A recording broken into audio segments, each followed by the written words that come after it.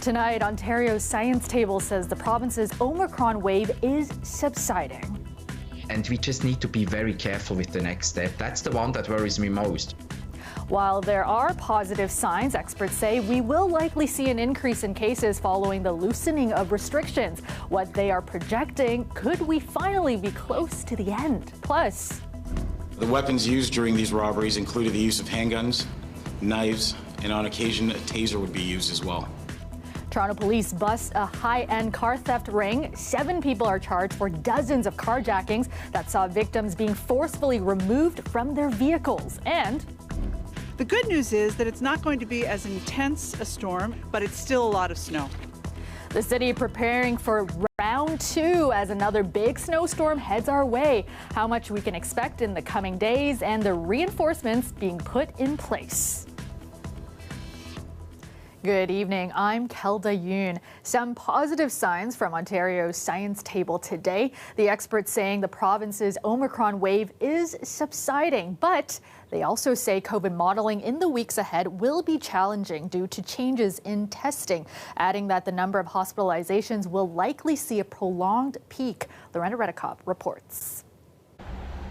Today's modelling is a big switch from the science table's last projections from mid-December. We're in a relatively good spot. Dr. Peter Uni says wastewater sampling suggests Omicron transmission peaked on January 4th. But with the reopening underway, more people will get together and numbers are expected to rise. This will rebound, that's clear, but now it depends on when do we reach the bottom of the valley and how much is the rebound. The latest projections show 3 possible scenarios, anywhere from just over 2,000 people in hospital next month up to almost 6,000. It's also a broad range for people in ICU. Modelers are relying on wastewater sampling, not case numbers, since many people didn't get tested. The system couldn't keep up, so they don't know how many people became infected and could have temporary immunity. Anywhere from 1.5 million to 4 million. It makes projections a challenge. We just need to be very careful with the next step. That's the one that worries me most, that we erroneously conclude nothing has happened, all is good. We open more after 31st of January, already the 21st of February, and we, just walk into an open knife. The Premier says his government is not doing that. Our goal is to move forward in a very cautious way to make sure we don't have to have lockdowns. He and several of his ministers attended an event to announce the end of construction on a new long-term care home in Ajax on the grounds of a hospital. We do have capacity in our hospitals, and even if the numbers do go up slightly as we start opening up, the modeling has been done to indicate that we will still have the capacity to deal with that increase. Dr. Uni says he's hopeful. Fingers crossed is that the next peak is lower than the current peak, and that will be helpful. And after that, we just will ride out this wave quietly to its death somewhere in spring. The science table says increasing vaccinations is key, that the unvaccinated have a 6 times higher risk of ending up in hospital, 12 times higher for the ICU. Lorena Redekop, CBC News, Toronto. With the latest from the science table today, some are hopeful it means we can soon return to life as it was without any restrictions. But how close are we to returning to normal? And are we ready for the adjustment? Dahlia Ashry takes a look. After more than 2 years of on and off restrictions and mask wearing. Yeah, I think a lot of people are done with this. It's time to move on. Everything's mental health wise and all those stuff is happening because without masks and everything, people have no social interaction with people. It's kind of getting annoying at this point. Many ready to get out of their cave. And we forgot the taste of bread, the sound of trees. But how close are we to the end? Chief Medical Officer of Health, Dr. Kieran Moore, said last week we will eventually have to learn to live with the virus. As we head to that low endemic rate, that's when we review all public health measures that have been put in play. Infectious disease expert Dr. Anna Banerjee doesn't believe Ontario is there quite yet. I think that to lift those vaccine mandates right now would be premature. Echoing Dr. Uni and the science advisory table. Lots of people in the hospital, and the numbers may go up rather than down as the restrictions are going down. Laura Kavanaugh is a behavior science professor. She says polarized behaviors and reactions at this juncture of the pandemic is expected. And a transition time is hard, it really is. And there's going to be some parts that are anxiety inducing, and there's going to be some parts that are difficult, and it's going to be frustrating sometimes because some people are going to be more cautious than you and some people are going to be more reckless than you. This nurse, for instance, is ready to go back to a normal life, but not without some anxiety. I think I would still feel more comfortable if more people were vaccinated more than just wearing masks. Kavanaugh says having a routine can help. We can't control other people's behaviors. We definitely can't control what the virus does. Taking some time to really kind of sit and appreciate your morning coffee. Like, those are things that give us a lot of pleasure and increase our sense of control in our lives. Dahlia Ashry, CBC News, Toronto.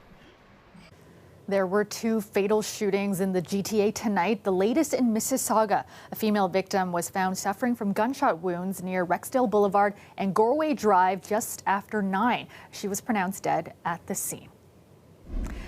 And in Markham, a shooting near Markham Road and Highway 407 has left 1 person dead and another in hospital. It happened at around 6:45. 1 person was found without vital signs and later died.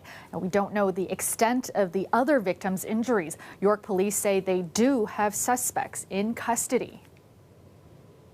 And Toronto police have busted a high-end car theft operation following an 8-month-long undercover investigation. The sophisticated ring believed to be responsible for dozens of carjackings, with stolen vehicles found as far away as Italy and Malta. Greg Ross has those details. This violent ambush, caught on tape, is just one piece of evidence being used in an investigation that has been dubbed Project Taurus. But don't confuse that name with the types of cars that are being stolen. Lamborghinis, McLarens, Rolls-Royce, Bentleys, Porsche, and Mercedes-Benz models. Just some of the high-end vehicle brands that Police Inspector Richard Harris says were being targeted by this organized carjacking ring. He says suspects often swarm their victims as they are getting in or out of their cars. The weapons used during these robberies included the use of handguns, knives, and on occasion a taser would be used as well. Often, though, the victims were physically removed from the vehicle and the keys they had were taken from them. Police made several arrests after a carjacking that happened in the early morning hours of January 7th near Yonge and Finch. The victim was driving a red Lamborghini. 2 male suspects had their identities concealed, approached him. 1 brandished a knife, and it was determined that they exited a vehicle that was being driven by a 3rd suspect. The suspects took the man's keys and phone and then fled in his car. Police were able to track them using GPS and a York Regional Police helicopter.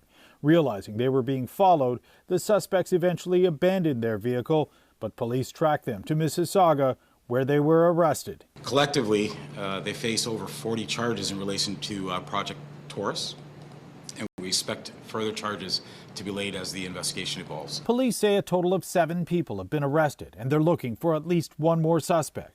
They believe this is just a small part of a much larger operation. Those involved have operated across borders, not just divisional borders in the City of Toronto, but across GTA borders, and in many cases, provincial, national, and international borders. 2 of the vehicles of interest were found off the coast of Italy in Malta.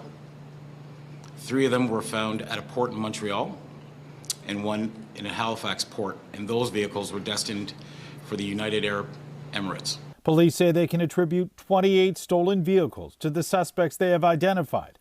19 of those vehicles have been recovered. Greg Ross, CBC News, Toronto. Another winter snowstorm is set to hit the GTA starting tomorrow, with up to 20 to 25 centimeters expected to fall by Friday. City officials saying today they are confident they can handle what's coming. We also expect to start plowing the roads and sidewalks as soon as the snow starts to accumulate on the ground. That's expected to happen early in the evening on Wednesday. We will be plowing as hard and fast as we can to ensure our roads are safe and passable for the morning commute on Thursday morning.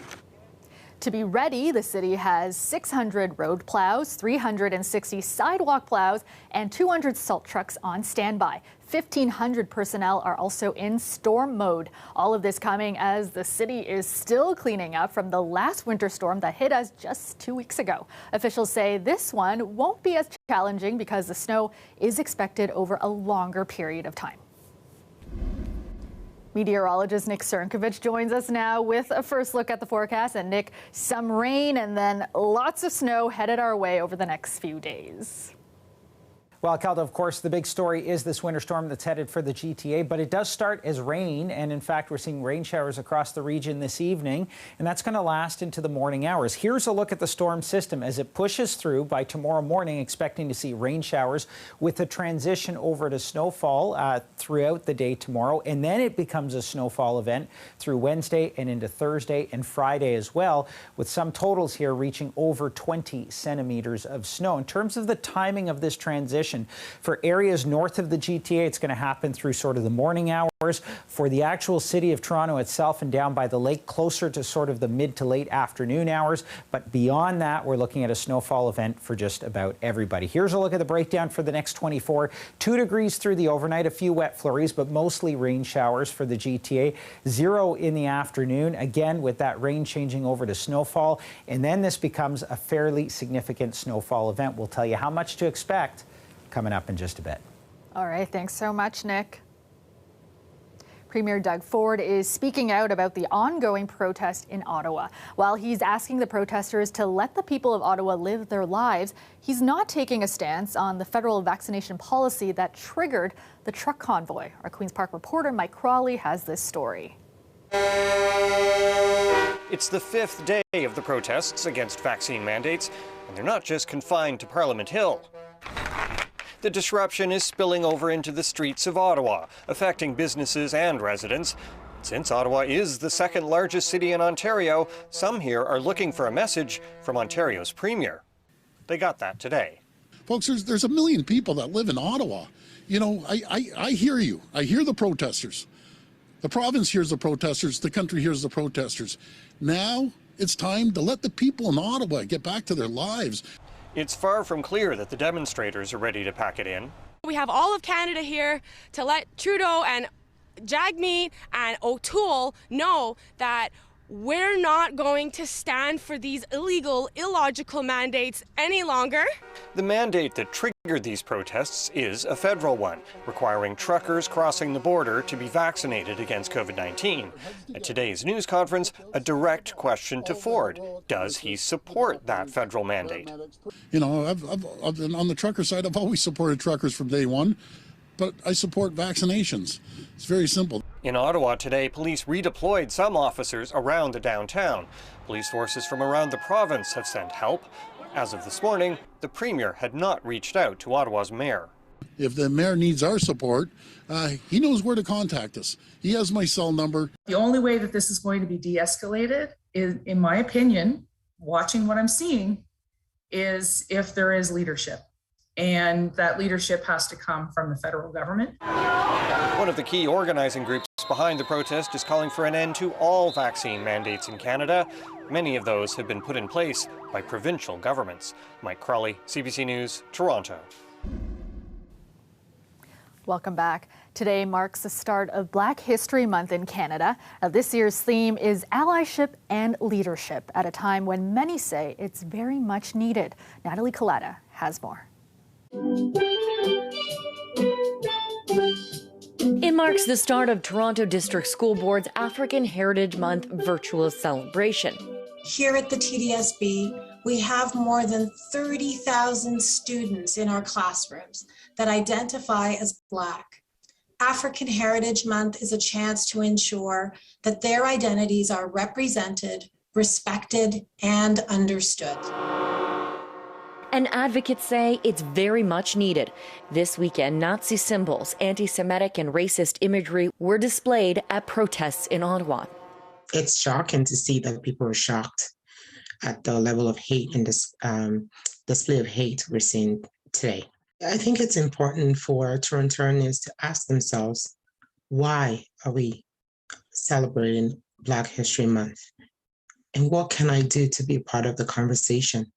Including more members of the Black community in leadership positions and celebrating Black flourishment and achievement. If you see yourself and you could say, that can be me. And why do I know that's possible? Because in my organization, I see at the executive table, I see people in the C-suite who look like me. So therefore, I feel I can work towards that. The Indie Mindy clothing brand began after Deborah Vassell went to buy pajamas for her nieces and found none were representative. It would be nice to do things that are inspirational, so the careers that children would like to do, or just to let them know it's an option. So the first pajama character that we had designed was actually the doctor pajamas. And then we have the baker pajamas, a chef, musician, and we have more coming soon as well. Professions that Black children can look up to, because it's so important for them to see representations of themselves. In art, too, on Thursday, the Art Gallery of Ontario is running a virtual program for students across the GTA, part of a larger year-long program. It gives you a better understanding of why the artists might have created what they created, what are some of the things that went into the artwork, and how to really read the work itself. All of it learning, advocates say, should continue beyond February. Natalie Collada, CBC News, Toronto. If you're walking or driving in the city, you might notice a familiar face pass you by on the outside of a GO bus. It's part of Metrolinx's tribute to the late Salome Bay, Canada's first lady of the blues. We spoke with the artist Mark Stoddart about his inspiration behind the design. I'm always that graphic designer or artist is about layering of stories and peeling away the stories of individuals. And for myself, news clippings has always been my thing. And to actually having Ontario Black History Society allow me to use the articles that they have of our first community newspaper was the Contrast newspaper, and actually seeing the community telling the stories of what's happening and actually tying that in with Salome Bay at that time in the early 60s to 70s. It's surreal.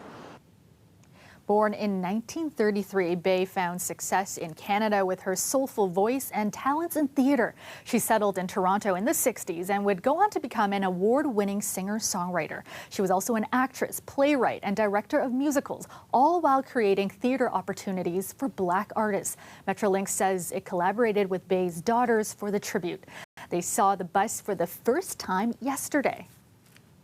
It was such an emotional experience seeing them interact with the bus, reminisce about some of the stories that are shown on the bus itself, and we really hope that they will enjoy seeing this story, seeing the bus around, and just interacting with it throughout the month and beyond.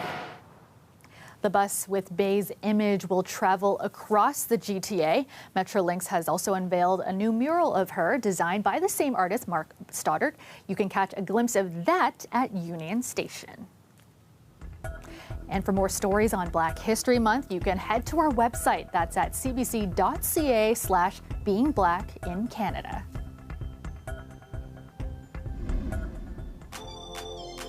And you're looking at a live shot of Toronto, the calm before another storm. Rain beginning late tonight, changing to a mix overnight. Temperatures mild right now, holding steady at 2 degrees. Let's go back to Nick now. And Nick, this storm coming in 2 phases over the next few days. Well, Kelda, we're going to jump right into the weather headlines, which, of course, leading those weather headlines is going to be this winter storm. We've got a major winter storm headed for the GTA. It will bring a messy mix of weather initially, and then it switches over to that snowfall. And to end off the week, we've got a pretty cold Friday in the forecast. Now, we've got weather advisories in effect across the areas in blue.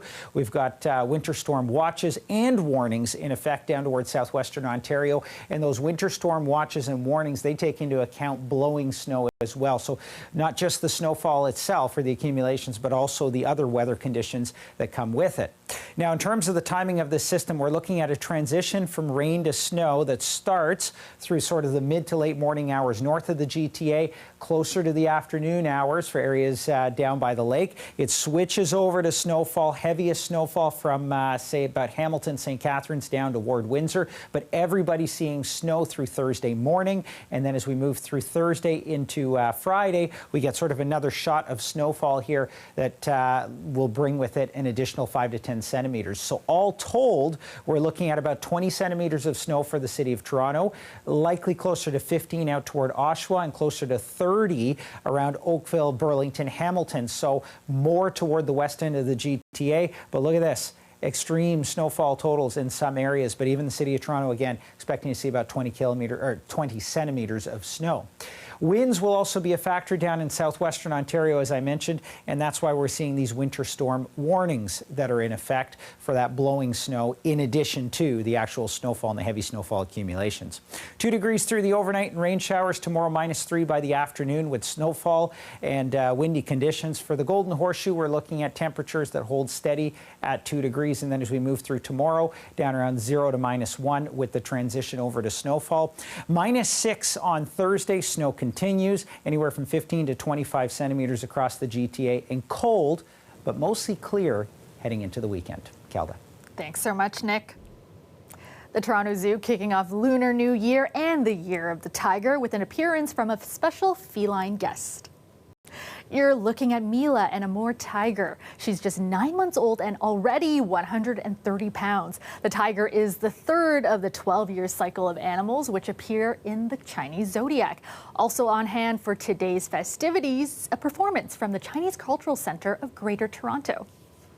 This is a water tiger, which symbolizes strength, resilience, and loyalty. So with the COVID that we all been going through, we're hoping that the new year will sweep away all the hardship. We're looking for a very good year coming. As for Mila, you'll be able to visit her and the other tigers when the zoo reopens on February 10th. And finally tonight, the opening of the Olympic Winter Games is just a couple days away, and the public is getting a glimpse of some of the preparations. Bird's Nest Stadium, where the opening and closing ceremonies will take place. COVID protocols means it won't be a full house. And Canada, along with several other countries, is part of a diplomatic boycott of the Games and won't be sending any federal officials. And a programming note for you, CBC's Olympic coverage starts tomorrow, so we are off the air until February 21st. But you can still catch Dwight Drummond at 6 for all your day's news. And that's our show for you tonight. Thank you so much for watching. Have a great night.